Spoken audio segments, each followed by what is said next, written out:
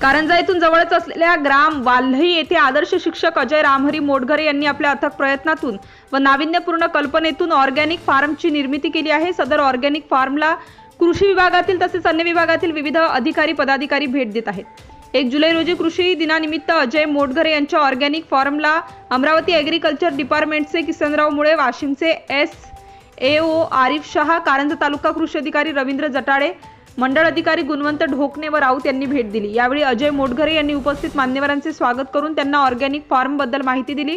सदर organic form मध्ये dragon fruit, आंबा, चिक्कू, संत्र अशा विविध फळांची लागवड केलेली आहे। विशेष म्हणजे या संपूर्ण फार्म मध्ये लागणारी सर्व खते एका विशिष्ट पद्धतीने स्वतः तयार करतात। या प्रसंगी उपस्थित मान्यवरांनी सुद्धा ऑर्गॅनिक फार्म बद्दल मार्गदर्शन केले व या नाविन्यपूर्ण प्रकल्पाचे कौतुक केले।